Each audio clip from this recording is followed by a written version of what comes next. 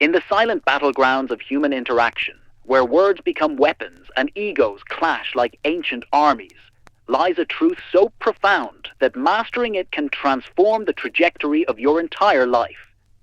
The way you communicate, the way you handle disagreement, criticism, and conflict doesn't just determine the outcome of a single conversation.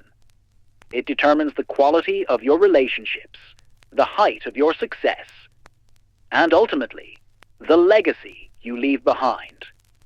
If you want to know the answer why nobody never win a argue, watch this video till the end.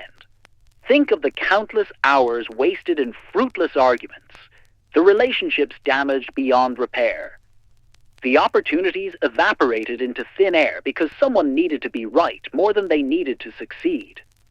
The Roman philosopher Seneca understood this when he wrote, "The greatest remedy for anger is delay." But in our modern world of instant messages and knee-jerk reactions, we've forgotten this ancient wisdom. We argue to win battles, only to lose wars. When Dale Carnegie wrote How to Win Friends and Influence People nearly a century ago, he tapped into something timeless about human nature. He knew that no one has ever truly won an argument. You might silence your opponent, you might force compliance through dominance, but in doing so, you've already lost something far more valuable: genuine influence. Consider this. You can be right, or you can be effective. Rarely can you be both. Look around at the truly influential figures of our time and throughout history. Abraham Lincoln, known for his ability to dissolve tension with a humorous story rather than fuel it with fiery rhetoric. Eleanor Roosevelt, who could disagree with the most powerful men in the world while making them feel understood and respected. Martin Luther King Jr., who changed the course of history not by overpowering his adversaries, but by appealing to their better angels. These weren't just gifted communicators. They were masters of human psychology. They understood that beneath every argument lies a fundamental human need, the need to be valued, to be heard, to be respected. The ancient Chinese military strategist Sun Tzu said, "The supreme art of war is to subdue the enemy without fighting." This isn't just military strategy. It's the essence of true influence. The greatest victory isn't conquering your opponent. It's transforming them into an ally without a battle ever taking place. When you walk into a room, you bring with you an invisible force field of energy. Your words, your tone, your micro-expressions, your posture, all of these signal to others whether you're a threat or an ally, whether you're there to compete or to connect. Most people enter conversations with their defenses already raised, armed with counter-arguments, prepared for conflict rather than collaboration. But imagine entering every interaction differently. Imagine approaching every potential argument with genuine curiosity instead of combative certainty. What if, instead of preparing your rebuttal while the other person speaks, you actually listened, not just to their words, but to the needs and fears hiding beneath those words? This isn't about being passive or abandoning your convictions. This is about understanding that true persuasion happens on an emotional level first, then an intellectual one. As Carnegie wisely observed, when dealing with people, remember you are not dealing with creatures of logic, but with creatures of emotion. Think about the last argument you won. Did the other person leave that interaction enthusiastic about implementing your ideas? Did they walk away feeling respected and understood? Or did they retreat, resentful of your victory, quietly determined to undermine you at the next opportunity? The business world is littered with the corpses of right ideas that died because they were delivered in the wrong way. The brilliant engineer whose innovations never saw the light of day because they couldn't communicate without condescension. The manager whose team quietly undermined their authority because they led through intimidation rather than inspiration. Your ideas, no matter how brilliant, will live or die in the minds of other people. Your dreams, no matter how worthy, will require the cooperation of others to become reality. And that cooperation is never coerced. It's always invited. Here's a truth that might be difficult to accept. In most arguments, people aren't actually fighting about what they think they're fighting about. That disagreement about project timelines, it's really about feeling respected in the workplace. That fight about household chores, it's actually about feeling appreciated in the relationship. That conflict about parenting styles, beneath it lies deeper concerns about values and identity. When you argue about the surface issue, you're treating the symptom while the disease continues to spread beneath the surface. This is why so many arguments feel circular, why you can win the same, fight over and over again without ever resolving the actual problem. The master communicator understands this. They know that beneath every position lies an interest, and beneath every interest lies a need. Positions can be incompatible, but needs rarely are. When you address the underlying need, apparent conflicts often dissolve on their own. Consider how Lincoln handled his cabinet, famously filled with former rivals and critics. Instead of attempting to dominate these strong personalities, he sought first to understand them. He would begin difficult conversations by acknowledging their perspectives and finding points of agreement, however small. Only then would he gently guide the discussion toward his own viewpoint, often presenting it as a natural extension of their thinking rather than a contradiction. This isn't manipulation. It's masterful communication. It's recognizing that even your fiercest opponent is, at their core, a human being seeking the same fundamental things you seek. Respect, security, connection, meaning. Think of the person you find most difficult to deal with in your life right now. What if, instead of preparing for the next battle, you approached them with genuine curiosity? What if you made it your mission not to change their mind, but simply to understand how their mind works? What underlying needs might be driving their behavior? What fears might be disguising themselves as aggression? This shift in perspective, from seeing the other person as an obstacle to seeing them as a complex human being with their own valid struggles, is the foundation of all effective communication. It's what Dale Carnegie meant when he advised, try honestly to see things from the other person's point of view. Henry Ford understood this principle when building his automotive empire. Rather than arguing with skeptics about the viability of his vision, he focused on addressing their underlying concerns: reliability, affordability, practicality. He didn't try to win arguments about the future of transportation. He built that future and invited others to be part of it. In today's hyper-connected world, where attention is fragmented and patience is scarce, the ability to communicate without creating resistance is more valuable than ever. We're drowning in information, but starving for wisdom. We're more connected technologically, but more divided ideologically than at any point in recent history. The person who can bridge these divides, who can speak to different audiences without triggering defensive reactions, holds extraordinary power. Not power over others, but power with others. The kind of power that builds rather than diminishes. Consider how different your life might be if you approached every potential conflict with the mindset of a diplomat rather than a warrior. If instead of preparing for battle, you prepared for collaboration. If instead of focusing on what separates you from others, you focused on what you share.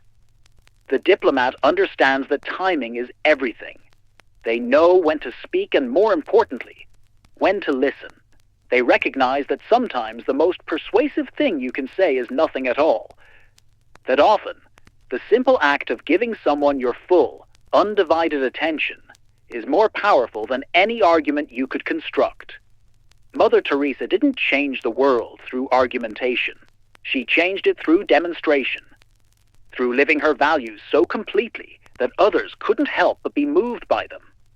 Gandhi didn't defeat the British Empire through superior debate skills. He rendered their arguments irrelevant by appealing to deeper human truths that transcended political positions. This is the paradox of true influence.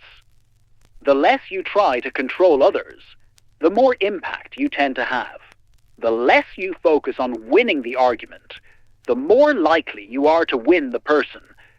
Think about the most influential person in your own life, the teacher who believed in you when you didn't believe in yourself, the mentor who saw potential in you that you couldn't yet see, the friend who told you a difficult truth in a way that made you feel loved rather than judged. Did these people influence you through domination or through connection? True persuasion isn't something you do to someone. It's something you do with them. It's a collaborative process of discovery where both parties emerge with a deeper understanding than either had alone. Warren Buffett, one of history's greatest investors, attributes much of his success not to his financial acumen, but to his communication skills. You can't win an argument, he says. You can only get what you want by giving other people what they want. This isn't just good ethics, it's good strategy. When you enter any interaction, focusing first on understanding what the other person wants, what they truly want beneath the surface demands, you gain leverage that no amount of logical argumentation could provide. You discover the key that unlocks their cooperation and enthusiasm. Consider how different most workplace conflicts would be if everyone approached them with this mindset. The project manager who's pushing for an aggressive timeline isn't just being difficult. They're likely responding to pressure from above, worried about their performance evaluation, or trying to prove their worth to the organization. The team member who seems resistant to change isn't being stubborn. They're concerned about mastering new skills, fearful of failure, or worried about how changes might affect their role. When you address these underlying concerns directly, when you make people feel seen and understood in their fears, resistance often melts away without an argument ever taking place. Walt Disney faced countless skeptics on his journey to build what would become one of the world's most beloved entertainment empires. But rather than arguing with critics about the viability of his vision, he focused on creating experiences that addressed their unstated needs. For wonder, for nostalgia, for a temporary escape from everyday life. He didn't try to convince people of the value of his ideas through words. He demonstrated that value through unforgettable experiences. The most persuasive people rarely try to persuade at all, at least not overtly. Instead, they create environments where others can persuade themselves. They ask thoughtful questions that lead people to their own discoveries, rather than forcing conclusions upon them. Socrates understood this more than 2,000 years ago with his famous method of questioning. He knew that a conclusion reached through personal discovery is infinitely more powerful than one imposed from outside. When someone feels they've reached an insight on their own, they own it in a way they never would if it were forced upon them. Think about how you might apply this approach to the next difficult conversation in your life. Instead of preparing your arguments, prepare your questions. Instead of focusing on what you'll say, focus on how deeply you'll listen. Instead of trying to change the other person's mind, become genuinely curious about how their mind works. This shift from argumentative to curious, from combative to collaborative, transforms not just the outcome of your interactions, but the experience of them. Arguments drain energy. Collaborative problem-solving generates it. Arguments create resistance. Curiosity creates openings. Arguments focus on who's right. Collaboration focuses on what's right. The world's great negotiators understand this principle intimately. They know that the goal isn't to defeat the other party, but to find solutions that address everyone's core interests. They know that sustainable agreements aren't reached through pressure, but through partnership. Nelson Mandela demonstrated this truth powerfully throughout his life. but perhaps never more so than during his presidency of South Africa. Instead of seeking vengeance against his former oppressors, he invited them into a process of truth and reconciliation.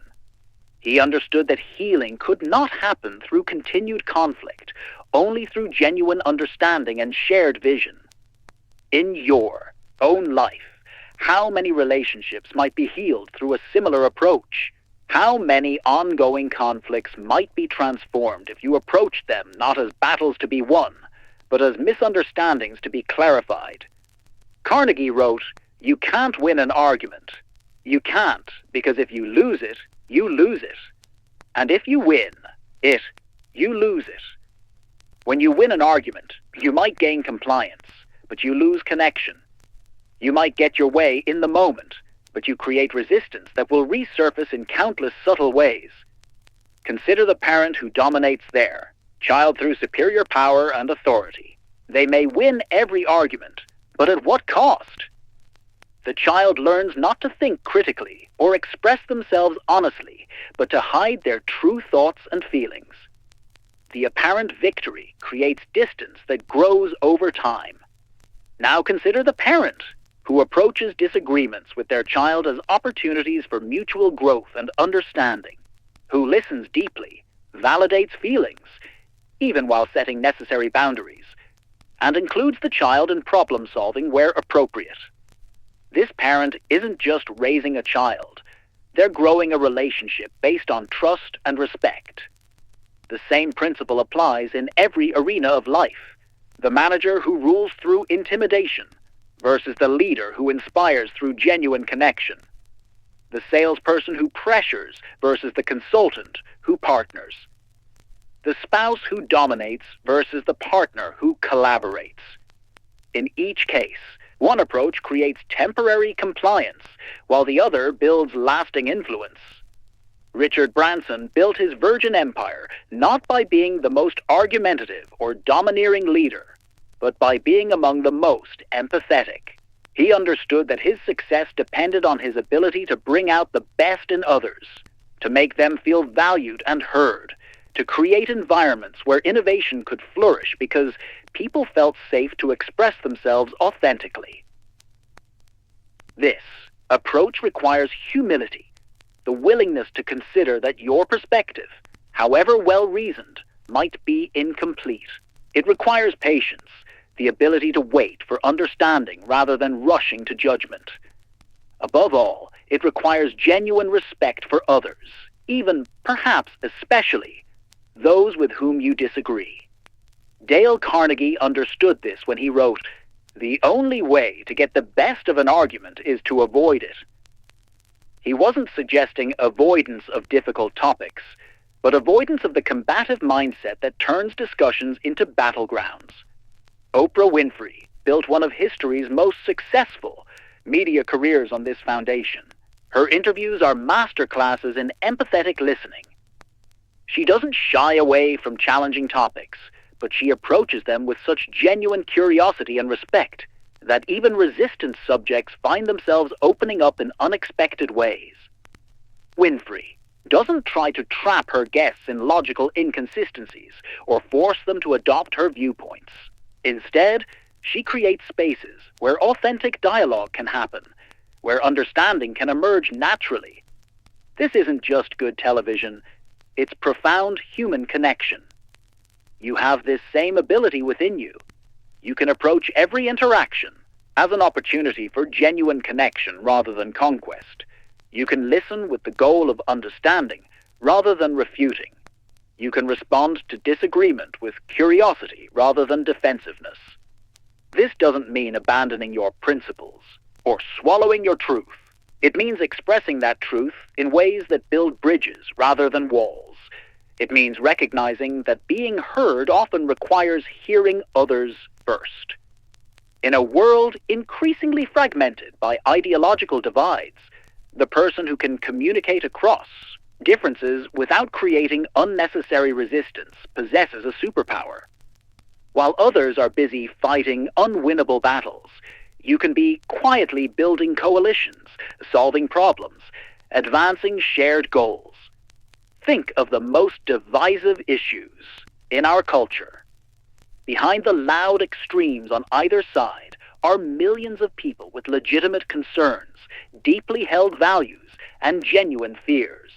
The person who can speak to these underlying human realities, who can acknowledge the validity of different perspectives without necessarily endorsing all conclusions drawn from them, creates possibilities for progress where others see only impasse. Maya Angelou captured this wisdom perfectly. People will forget what you said. People will forget what you did. But people will never forget how you made them feel. In every interaction, you're creating feelings that will long outlast the specific content of your communication. Make people feel diminished, and they'll resist your ideas, even when those ideas could benefit them.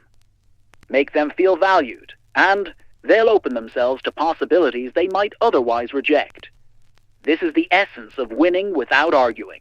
It's about focusing less on the content of your message and more on the container you create for that message. It's about understanding that the most persuasive thing about you isn't your logic, but your presence, your ability to make others feel seen, heard, and respected even in disagreement. Steve Jobs, for all his reputed difficulty, understood this principle when it mattered most. His product presentations weren't technical arguments for the superiority of Apple devices. They were emotional experiences designed to create desire. He knew that people make decisions based on how they feel, then justify those decisions with logic afterward. In your own life, how might this understanding transform your approach to potential conflicts? How might it change the way you speak to your spouse about household responsibilities, your colleague about project timelines, your child about screen time limits? What if, instead of preparing your case, you prepared your heart, setting an intention to understand before being understood? What if, instead of focusing on what separates you from the other person, you began by establishing common ground, however small? The most powerful question in any potential conflict isn't, how can I prove I'm right, but what might make it easy for this person to say yes? Not as manipulation, but as genuine service. Not to trick them into agreement, but to remove unnecessary obstacles to it. When Dale Carnegie advised beginning with praise and honest appreciation, he wasn't suggesting empty flattery. He was acknowledging a fundamental truth about human psychology. People are more receptive to difficult messages when they first feel affirmed in their value and good intentions. The skilled diplomat knows that how you begin a difficult conversation largely determines how it will end. Begin with accusation, and you create defensiveness that makes resolution nearly impossible. Begin with sincere appreciation and genuine inquiry, and you create openness that makes even the most challenging discussions productive. This approach requires emotional intelligence, the ability to manage your own reactions so they don't hijack the interaction. It requires stepping back from the immediate trigger of your emotions to consider the larger purpose of your communication. What matters more? Being right in this moment, or being effective in the long run? The greatest leaders throughout history have understood that lasting influence comes not from dominating others, but from connecting with them at the level of shared humanity. Not from being the loudest voice in the room, but often from being the most attentive listener. As you move through your life, through challenging conversations at work, delicate negotiations at home, difficult discussions about society's most pressing issues, remember this fundamental truth. You don't have to choose between being authentic and being effective. The most powerful communication does both. It speaks truth, but in ways that can be heard.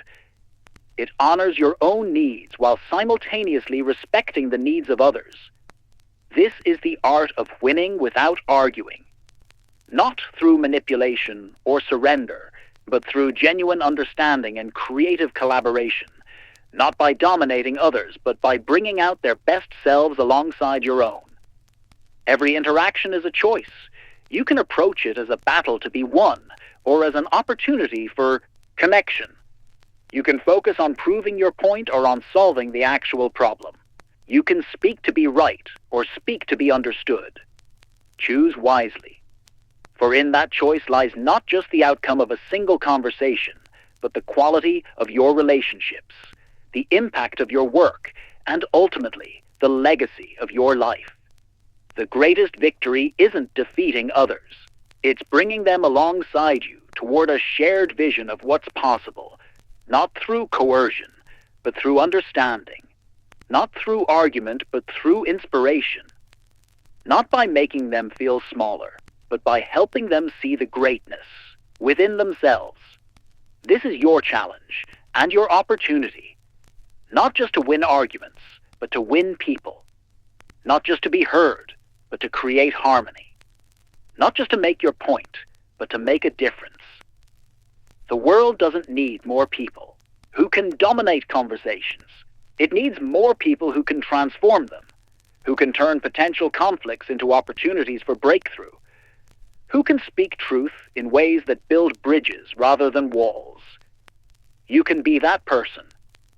Starting now, starting with your very next interaction, not by winning every argument, but by making arguing unnecessary, not by overpowering resistance, but by understanding and addressing its root causes, not by being the smartest person in the room, but by being the most connective.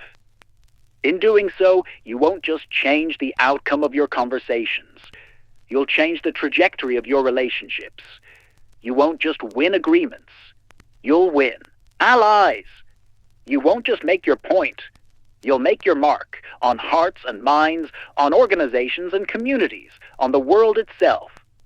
This is the true power of communication, not as weapon, but as bridge, not as tool for dominance, but as path to understanding, not as means of getting your way, but as opportunity for finding our way together.